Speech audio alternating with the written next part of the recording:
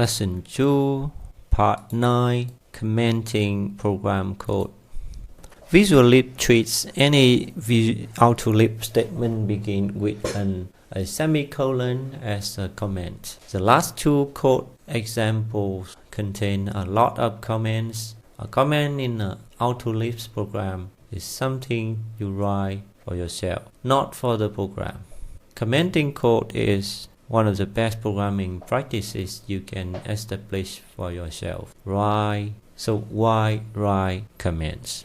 To explain the code to yourself when you are editing the program 9 months in the future or later, adding all those features your user has been asking you about, memory phase, and the most apparent sequence of the function can easily turn into an unrecognized tangle of parentheses. To explain the code to others who inherit the responsibility of updating the program.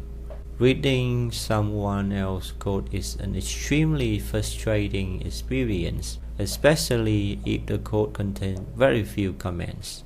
AutoLISP contains some utility that help you as you comment your code. Notice some comments in the example begin with 3 semicolons, sometimes 2, and sometimes just 1. To save space, the remaining code example in this tutorial do not include all the comments in the sample source files. It's assumed that you have already established the beneficial habit of extensive commenting and will do so without any prompting.